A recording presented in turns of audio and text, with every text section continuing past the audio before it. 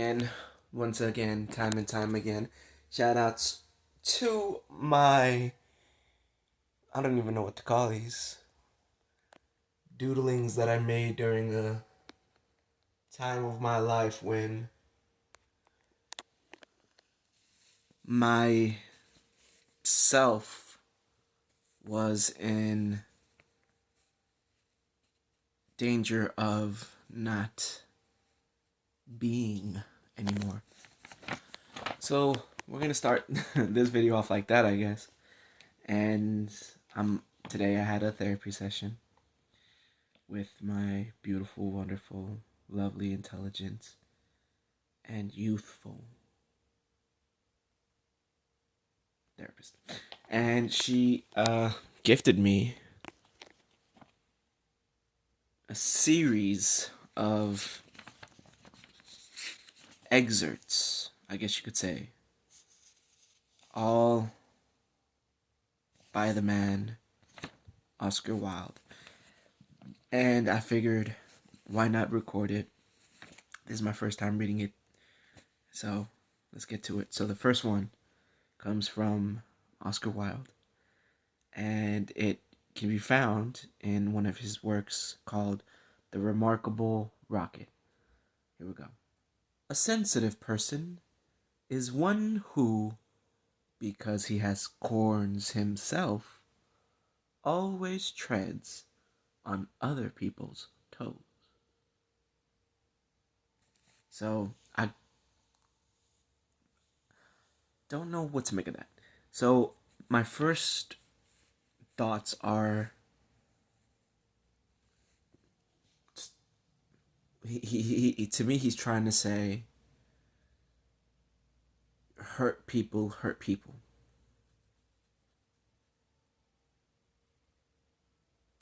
So basically, if you've been hurt and damaged and scarred through emotional trauma, then you're likely to take it out on the world. I'm an example of that. Second impressions of this one, and here it is, I'll give it another look for you.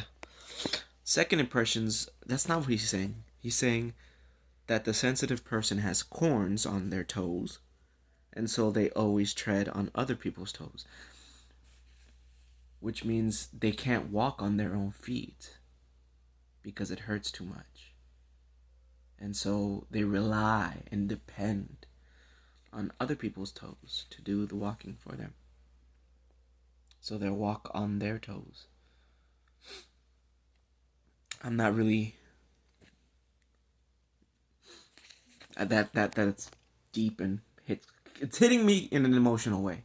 Let's read to the second one. So again, another one by Oscar Wilde. This one can be found in Lady Windermere's Fan. Experience is the name everyone gives to their mistakes. Okay, that one was pretty funny. That one was pretty funny. Oh, okay, that one was good. That one was good. The way I probably like you, I've only heard about Oscar Wilde in passing. Just quickly, I have an extensive background. Well, I don't know if extensive is the right word. I definitely put a lot of work in during my school days. And I went to school from kindergarten, which I think is like 5 years old, right? From 5 years old basically to 23 when I graduated from my community college. So I worked really hard and I got good grades. So I am an academic. And so I've heard of Oscar Wilde. I'm gonna put the phone down just because my arm's getting a little tired. And you're gonna see my that. Anyways, the way it was sold to me is that I would get some chortos out of this. He seemed like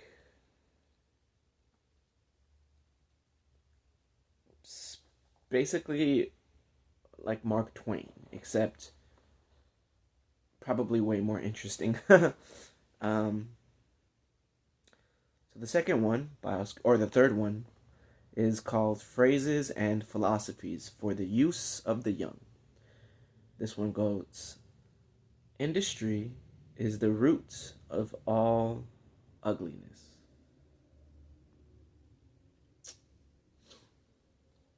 Hmm. Industry is the root of all ugliness. So I'm assuming he means industry in the sense of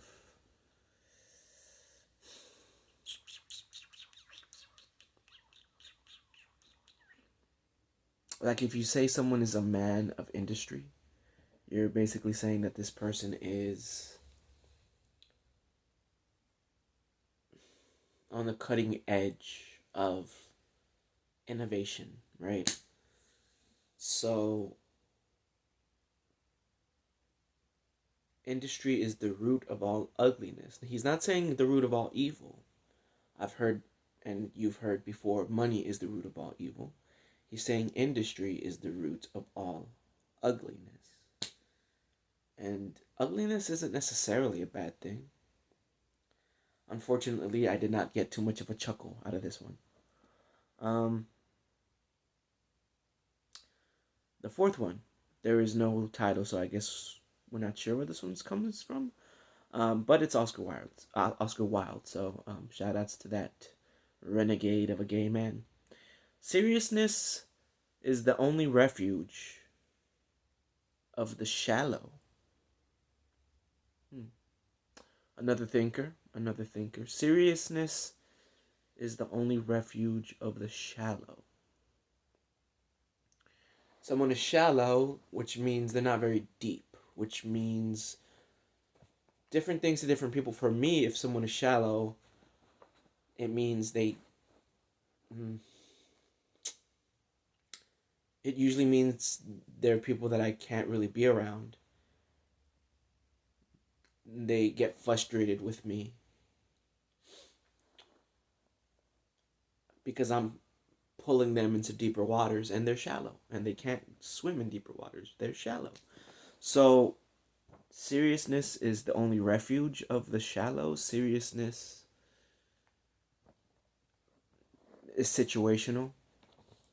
So seriousness is the only refuge of the shallow. That one, yeah, I mean, I would agree with that. And it definitely is a thinker and something I've never really considered before. So far only one of these, Zora, has made me churtle. Not really chortle, actually. I let out a nice whopping sounding laugh. Time is a waste of money. What? Time is a waste of money. Time is a waste of money. My natural instinct wants to flip those things. Money is a waste of time. He's saying time is a waste of money. Is a waste of money. You might say drugs are a waste of money. You might say gambling can be a waste of money. We tend to feel we waste our money on various things. He's saying time, in and of itself, the concept of time is wasteful of money. Of money. That one comes from his work, Phrases and Philosophies for the Use of the Young. That one is probably my least favorite of all of these so far. The typical spendthrift, okay, is always giving away what he needs most. Why though? Why? Not really a churtle, more so of a if this is true, then what are the implications of that? The typical spendthrift is always giving away what he needs most. Spendthrift. Huh. That's definitely something I'm going to have to come back to. I'll put it in the back burner for now. That one comes from Vera or the Nihilists, which I believe is one of his more popular works. If I'm, because Vera, funny, called the nihilists. I consider myself a bit of a nihilist. A typical spendthrift. Need to familiarize myself with spendthrift more. I kind of have like a 50% understanding of what that word is, given the context. I would do well to look that up. So okay, so the next one. There's no credits in the work it's from, but again, Oscar Wilde. Patriotism is the virtue of the vicious. Ooh. Ooh, I like that one. I feel like that one is applicable to our current regime. We are under a Trump presidency for the last time. Fingers crossed.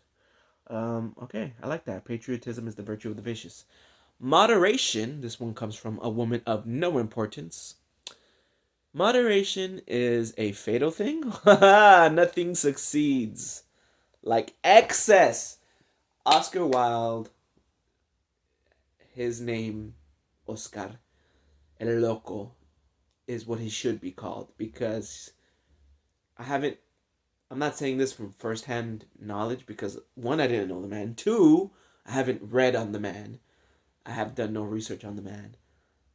I'm told, again by Zora, thank you Zora, thank you love, that he went to prison pretty late in his life. He was just that much of a wild man, and also too, he was an unapologetic gay man in a time when such a thing didn't exist. So, yeah. Yeah, moderation is the fatal thing. Nothing succeeds like excess. Also sounds like something Freddie Mercury would say. So, that's crazy. A woman of no importance. Interesting. Okay, so this one comes from Lord Arthur Saville's Crime. The wit of Oscar Wilde is the name given to these excerpts pulled from his various works. Nothing. I think he also might have gotten plagiarized by some other very popular authors. Nothing looks so like innocence as indiscretion.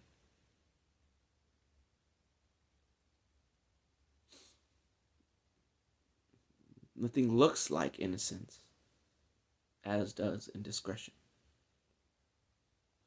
So he's saying that, basically implying other things do look like innocence, right? Maybe ignorance can look like innocence.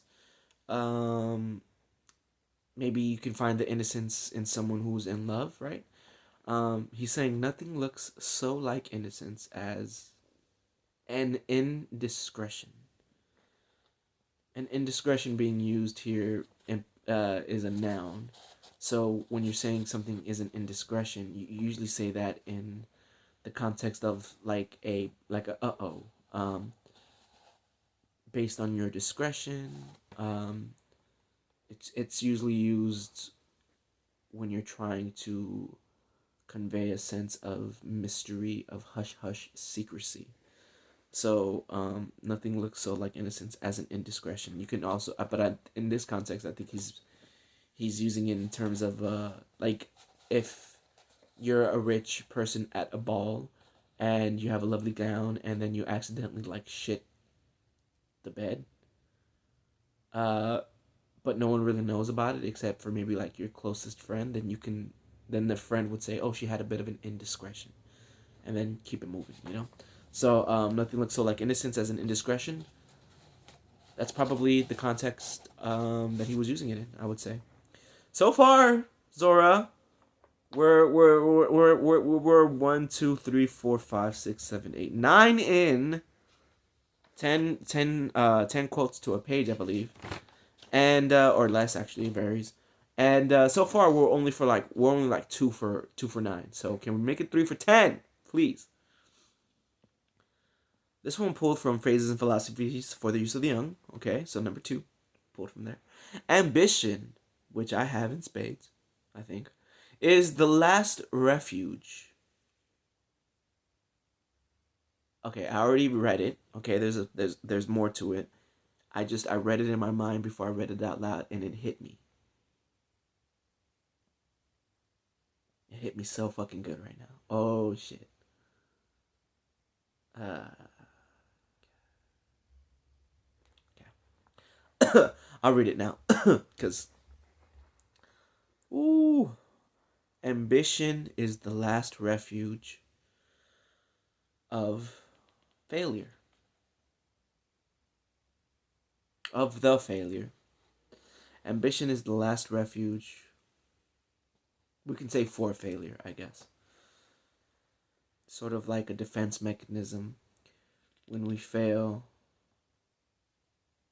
in life, we use ambition to justify our existence. Otherwise, why bother living? So, for people like me, we have to be ambitious because we don't really value anything else about ourselves other than our success. And when we don't achieve it, well, that's when you get depression, kids. Ambition is the last refuge of the failure. Philosophies, phrases and philosophies for the young. Something tells me I would probably like that. I should probably check it out. It is always worthwhile asking a question, though it is not always worthwhile answering one. This one pulled from An Ideal Husband. It is always worthwhile asking a question, though it is not always worthwhile answering one. Yeah. Not really making me chortle or chortle, but definitely making me. I mean, I'm definitely nodding my head in agreement there. It is always worthwhile asking the question, but though it is not always worthwhile answering one. When you ask a question, you allow yourself to think a little bit more critically. It does. Sometimes the questions can be tough. And so it is always worthwhile asking a tough question, though it is not always worthwhile answering one, because the answer really isn't as important as the question itself. And depending on the question, there might not be an answer. So you can have a question with no answer. You can't really have an answer with no question. You know? This one pulled from The Picture of Dorian Gray. The only reason, indeed, that excuses one for asking any questions is simply curiosity. The only reason, indeed, that excuses one for asking any questions, the only reason, so, is simply curiosity. Oh, I guess this means the picture of Dorian Gray. So yeah, man, don't bash people for asking questions. It comes from curiosity, I guess. Um, if it's asked genuinely and in earnest. The only reason that excuses one for asking any questions is simply curiosity. Again, he grew up in a time where people didn't really want to think. Kind of like now. The more things change, the more things stay the same. So, yeah, let's ask some of these hard questions. And if you're offended by the questions that we ask, you can excuse us because we have a legitimate reason, and the reason being that we're curious. Lady Basildon. Basildon. Lady Basildon. This one again from An Ideal Husband number 2. Okay, so this is Lady Balsadon speaking. Oh, I hate being educated. Well, that. Okay, that one made me chortle. Finally, 3. 3 for 13. And then Mrs. Marmot or Mamon. I don't know how to pronounce that. It sounds French. Responds, so do I. It puts one almost on a level with the commercial classes. Oh boy. Oh boy. The implications, man. Okay, so the next one, we're at number 15, comes from The Decay of Living. He writes, everybody who is incapable of learning has taken to teaching. What? That is really what our enthusiasm for education has come to.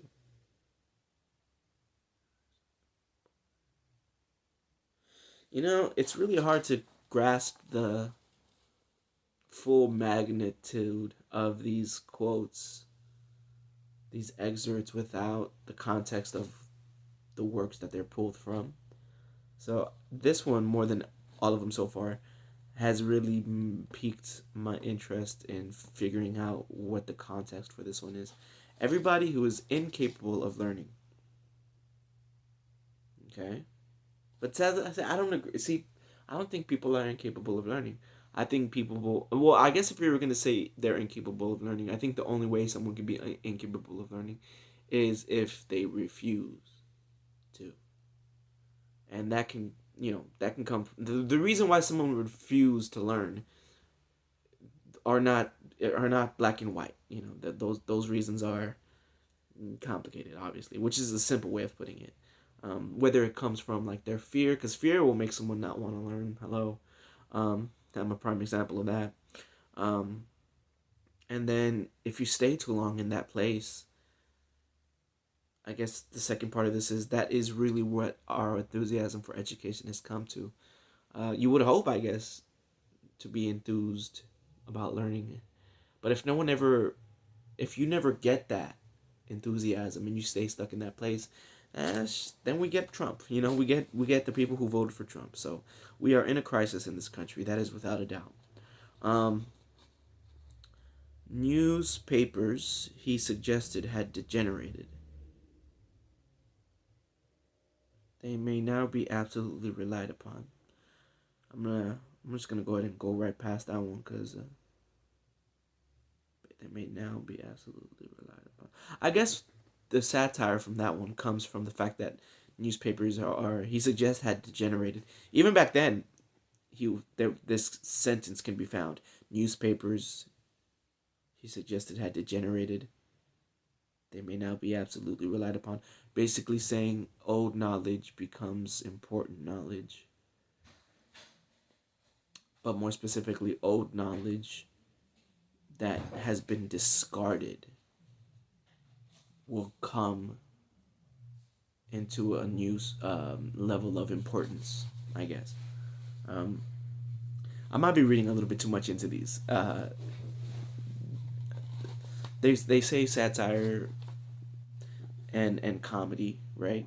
Uh, you can pull some pretty important lessons because when you're in that state, it's a lighter, more inviting state. Your defenses are down when you're laughing, and so that's usually when the most profound and deep lessons can really get in there. So yeah, the world is a stage, but the play is badly cast. Okay, that one did make me chortle. Uh, that is 16. 4 for 16. The world is a stage, but the play is badly cast. I like that one. Um, Whoa, what are you doing in here, buddy? Hold on. We got a we got an unwelcomed intruder in here.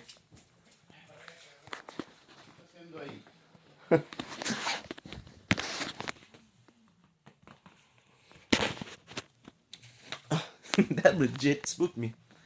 Gave me a little bit of a reaction, I think, or maybe it didn't. I don't know. Maybe I'm too cool for school. Okay, we're back here. All right, where did we leave off? 4 for 16. Okay, to believe is very dull. To doubt is intensely engrossing. To be on the alert is to live. To be lulled into security is to die. So I think we've reached the most wordy excerpts. This one too is anonymous. There is no credit to the work it comes from. To believe is very dull. So that one right there, actually, yeah, okay, cool. We'll count that under the turtles. To believe is very dull. I love that. I love that. We need to put that on a poster. To die, The more I think about it, the funnier it does get. Like, to believe is very dull. Yeah, yeah. I would even say you can take that to a dark place and be like, to believe. I mean, the quote that he said earlier was like, what was this one? Patriotism is the virtue of the vicious. I would say belief is the virtue of the I don't know. What's it called when like uh, uh, God like deems people unworthy of life? Whatever that's called. Uh, that's where belief comes from. Um, yeah, scary. But I like that. To believe is very dull. I really do like that. That's very nice. To doubt is intensely engrossing. So there you go. He's giving both sides of the coin there. So he's saying that belief. So what's the opposite of belief? Dullness or doubt, right? And so to believe is very dull. Uh, I love that because it's not like he's not like judging anybody for it. He's literally saying it's just dull. Like it's like you bore me with your belief. I love it. To doubt is intensely engrossing. That's just a yummy sentence right there. Uh, to be on the alert is to live. And to be honest, if you're always on the alert, though, that's kind of tiring as well. To be lulled into security is to die.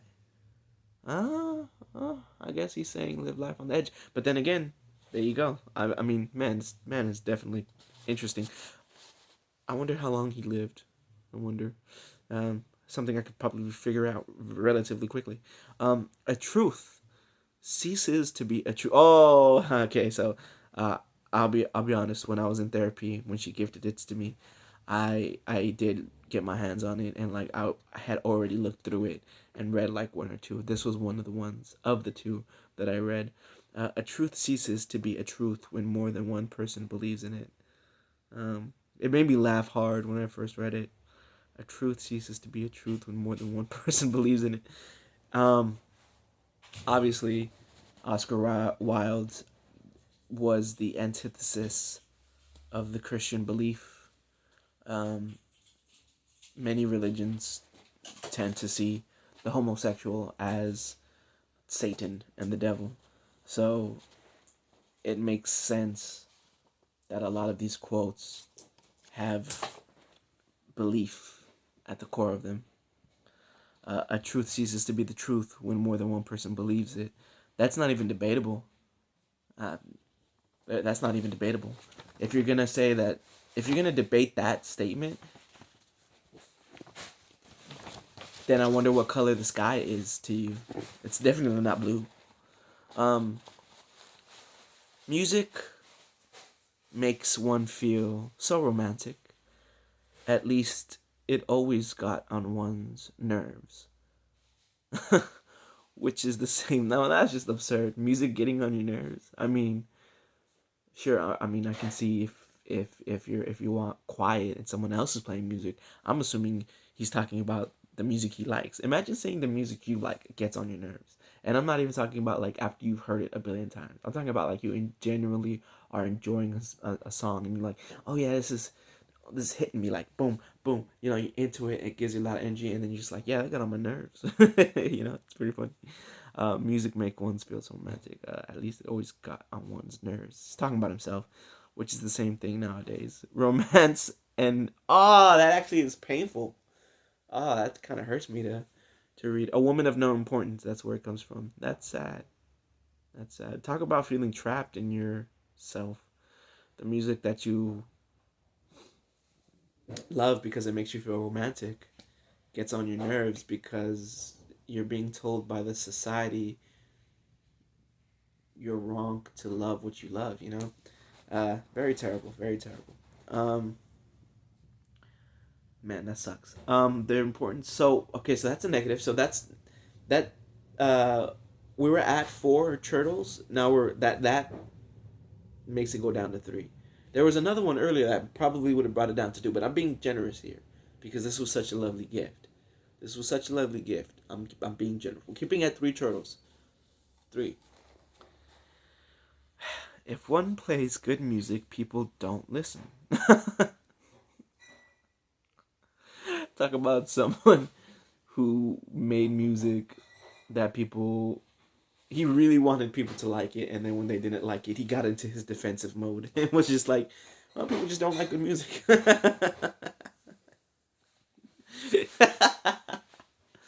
If one plays bad music, people don't talk, huh?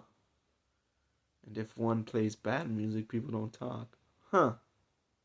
Huh? There's a lot of bad music nowadays. There's a lot of bad music that gets a lot of people paid.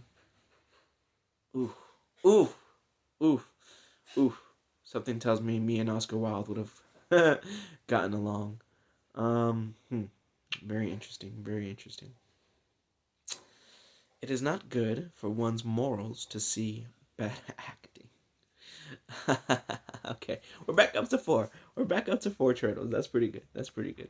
That one took in. Oh, the previous one, the one about the music, was taken from the importance of being earnest.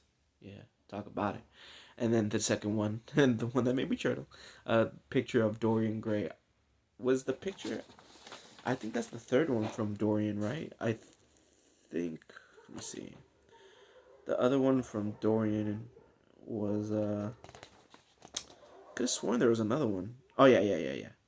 Oh, three in a row. All of those from Dorian Gray. Oh wow. Okay. Oh okay.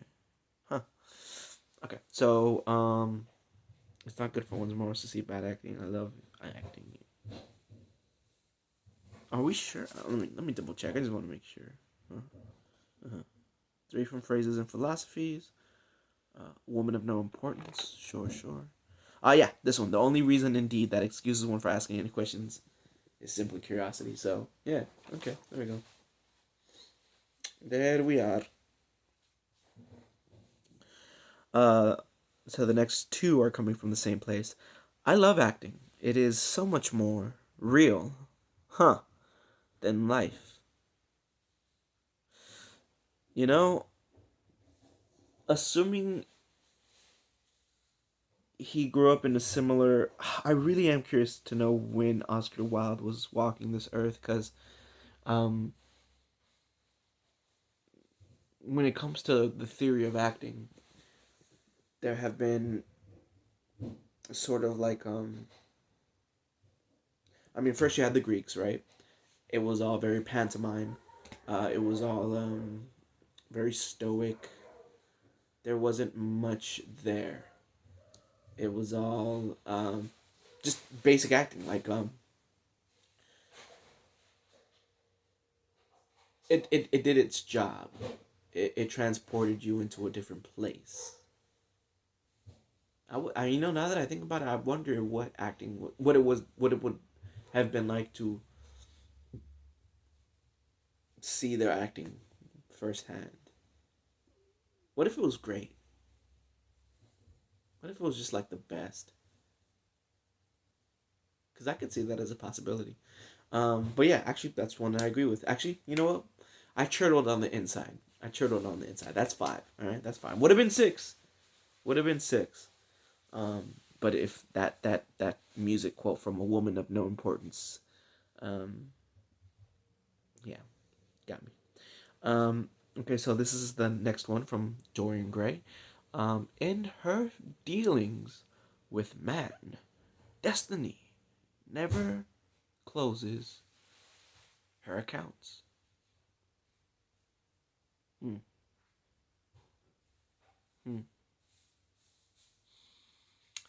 That's a good one. That's a good one. That's a good one. Had to say it three times. Um. Okay, so this next one taken from uh, the greatest sorrow of Wilde's life must have been the trials.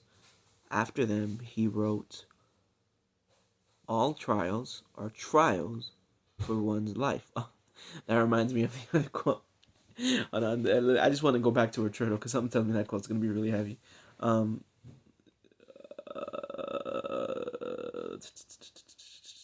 experience is the name everyone gives to their mistakes. Lady Windermere's fan. That takes the cake so far. Um, All trials are trials for one's life, and all sentences are sentences of death.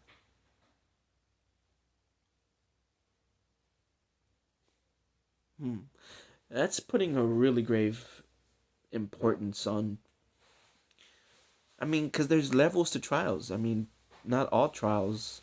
I guess I disagree with that. No, not all trials are trials for one's life. The greatest sorrow of Wilde's life must have been the trials. Oh, when he went to jail, probably. Oh, shit.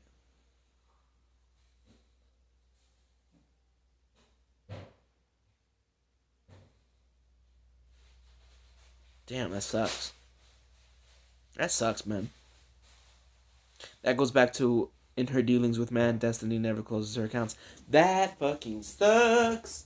Oh man, now I'm impressed. See, I knew it, man.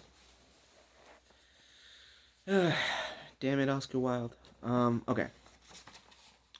Uh, we are each our own devil. Mm. And we make this world our hell. The Duchess of Badois. Interesting. Death is not a god. This one comes from La Sainte Crouston. I don't know how to say.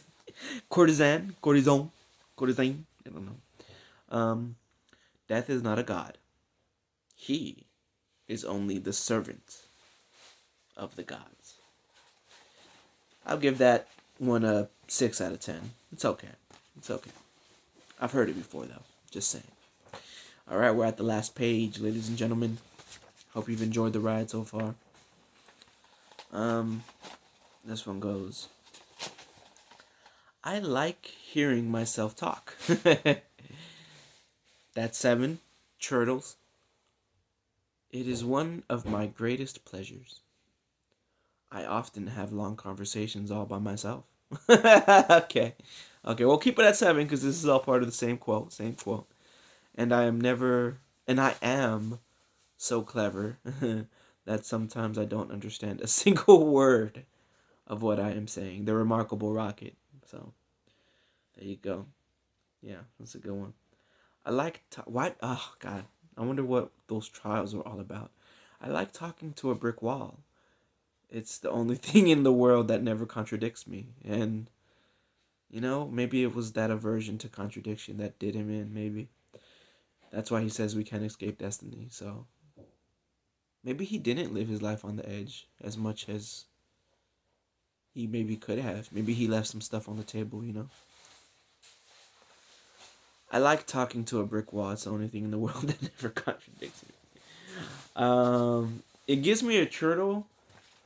However, well, that's just a better way of saying but. And I'm trying not to say but these days. I like talking to a brick wall. It's the only thing in the world that contradicts me. Yes, that made me turtle. And I also find some sadness in that one. So we'll balance that one out. We're at 7. We're at 7. I have never given adoration to anyone except myself. There's no credit giving to where that comes from. It's just one of the excerpts that is in this 4-paged quotes of his. I've never given adoration to anyone except myself. I have never. That seems like a lie. I feel like maybe he was lying on that one. I like to do all the talking myself. It saves time and prevents arguments. Yeah. Yeah, there's definitely a theme reminiscent of what life, or actually what personalities prevailed at the time. Oscar Wilde was a gay man. This idea of women not being intelligent and having nothing to say has been prevalent pretty much always. I mean, look at who won the presidency. It's disheartening to think such a sentiment can last for so long. We're in the year 2000, 21st century. That's only as long as we've been keeping time. We've been around for centuries before we started keeping track of time officially. So, and civilizations have been around since before then. So, how much we've been able to communicate on a deeper level has probably been around for 20,000 years, let's say. And so 20,000 years of evolution, and it's just disheartening to think, it's just disheartening. Um yeah. We're at the last four. I usually say what I really think. A great mistake nowadays. It makes one so liable to be misunderstood. I'm gonna go ahead and close the door because there's a lot of noise coming from the room over there. So I'll be back. I'll be back. Don't change the dial.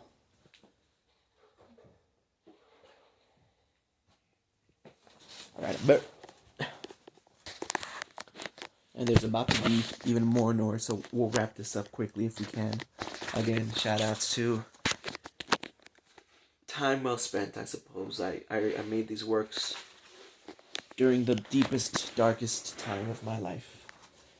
No exaggeration there. Oh, hey, sexy. Hey, how you doing? I usually say what I really think. I get a great mistake nowadays. Sad. It makes one so liable to be misunderstood. So true. So true. So true. I always pass on good advice. It is the only thing to do with it. It is never any use to anyone. It's never any use to oneself.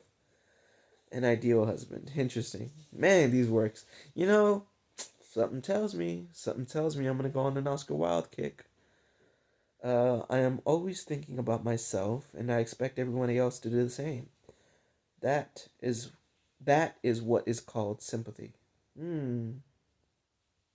Hmm. That's from the Remarkable Rocket, and there was another quote over here by the Remarkable Rocket. A sensitive person is one who, because he has corns himself, always treads on other people's toes. And to hear him say, I am always thinking about myself and I expect everybody else to do the same, that is what is called sympathy. A lot of people think that if you're thinking about yourself, that you're arrogant. I've certainly been called arrogant to do this. And that's judgment.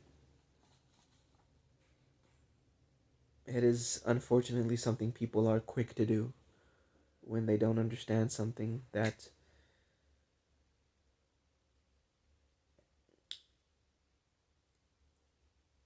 they don't understand.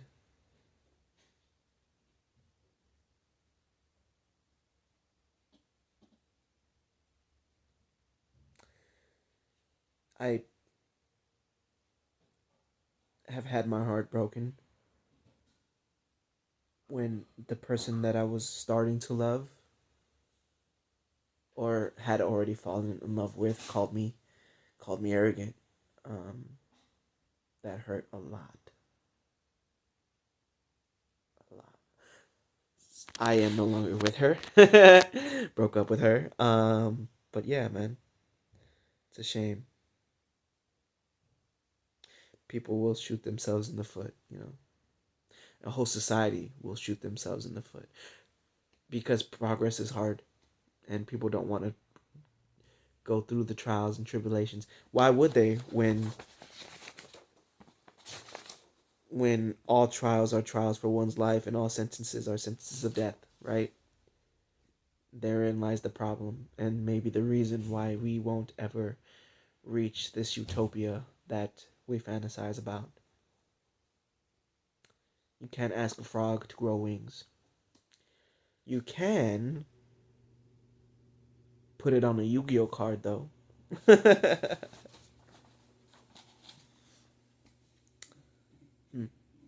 It's true, by the way. If everyone is thinking about themselves, you'd be surprised how empathetic someone can be. My duty as a gentleman has never interfered with my pleasures in the smallest degree. No turtles more. And so we reached the end of this titillating and succulent journey through an appetizer of Oscar Wilde. Definitely glad and thankful to Zora for giving this to me.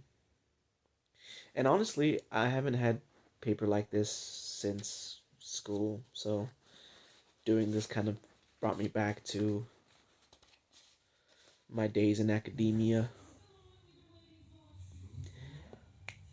And that's my cue. Right on time. Never late. Or always late, but always right on time. You know what I'm saying, baby? Peace. Love. Love you. Mwah.